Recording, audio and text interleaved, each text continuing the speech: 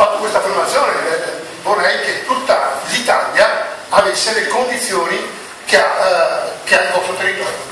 Perché al di là di quello che è stato prima parlato della luce, le questioni legate anche allo sviluppo generale, e il fatto che è vero, non abbiamo avuto, a parte le situazioni storiche, un crollo. Noi siamo in una situazione che, al di là dei dati della situazione che non sono solo legati all'industria, sono altre cose, una situazione estremamente positiva.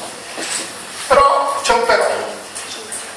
C'è un però perché io sto girando anche, vi è arrivato l'ultimo documento sulla città metropolitana che CGIL sta facendo, stiamo girando i vari comuni, le varie province a livello regionale, e dove sentiamo da parte della politica, temi generali, non so come chiamarla, ma quasi una paura del nuovo.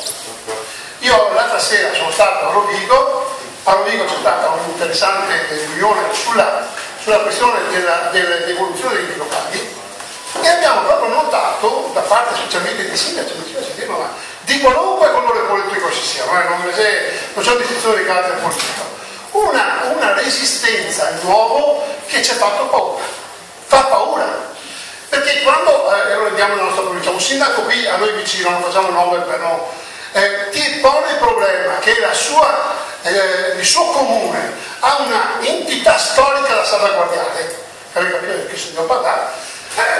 Io gli ho detto che il momento in cui un cittadino del suo comune è a New York deve dire che è del suo comune, non deve dire che è di Venezia, perché è una battuta forse che sciocca, però tutti quando siamo fuori sentiamo questa entità di appartenenza, e poi invece abbiamo questo ragionamento in giro.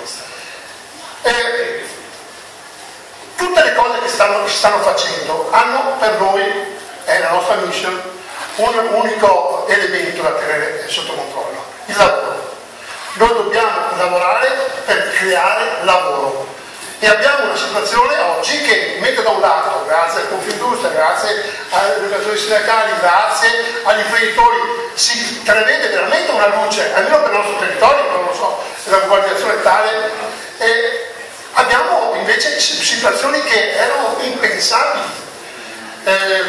La spend review prevede ad esempio il 5% di abbattimento delle cooperative di servizi in enti pubblici. Sembra una sciocchezza, ma solo nel comune di Venezia 400 posti di lavoro in meno. Avete visto cosa sta succedendo, a parte la storica situazione dell'Ibis, ma l'altra mattina lavoratrici di un servizio di assistenza domiciliare. Ma è successo, sono un vecchio sindacalista, ma non è mai successo che andiamo nel socio-sanitario a diminuire il prodotto di assistenza. Perciò il problema è che questa macchia di disoccupazione sta andando oltre a quello che normalmente abbiamo visto come progetto pericoloso. Allora, mi sembra importantissime queste riunioni, per due motivi essenzialmente.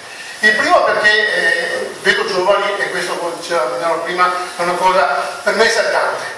Vedere un giovane che comincia a ragionare di questi problemi per me è una cosa esaltante.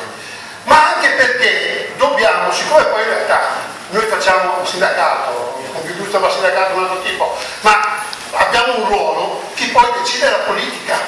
È vero che nel nostro territorio abbiamo trovato una sinergia tra comune, provincia e regione su alcune questioni, anche sollecitato nel giugno di 2 anni fa da una lettera scritta dal patriarca, allora con il bene e il male ha sollecitato questo ragionamento.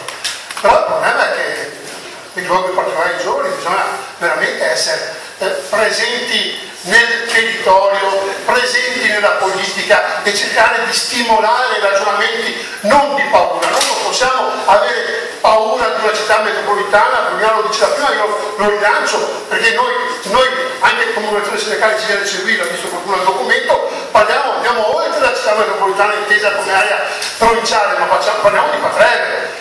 E questa è la soluzione. Noi non possiamo competere con aree metropolitane di città tipo Tokyo, 14 milioni di abitanti, città del Messico, 18 milioni di abitanti. Noi riusciamo a farne 3 milioni in provincia, 800, ci sono 6 milioni in regione, 6 milioni di persone. Allora, ragionare, confrontarci poi con queste realtà che sono infinitamente enormi e riescono a gestirsi a volte molto meglio di noi.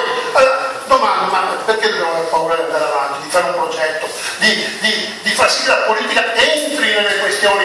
Non possiamo perdere il nostro tempo con tutta la legittimità che può esserci a parlare di primarie o di qualcos'altro. Dobbiamo parlare, fare politica, e fare politica vuol dire ragionare sulle questioni e impedire che qualcuno, lo dico brutalmente, se io diminuisco i consiglieri regionali, diminuisco i comuni, diminuisco o abbatto le province, sono abbatto completamente, vuol dire meno posti. E questo è il problema che fa nascere le resistenze. Sono nobili problemi, per me è poco nobili, ma nobili problemi chi li pone, ma sono problemi che bloccano il paese. Perché ci sia bisogno di uno slancio enorme e credo che solo i giovani possono farlo, non perché noi che abbiamo un'età un po' avanzata non abbiamo la forza di fare quelle cose, ma io credo che ci sia bisogno dei giovani che facciano anche un ragionamento collegato con altri giovani che magari partecipano poco alla vita sociale, ma che siano di stimolo anche per pensare e ragionare un futuro che credo che almeno il nostro territorio abbia le condizioni per essere un po' migliore di quello che lo schema dell'andamento dell'economia mondiale sta per rilevare.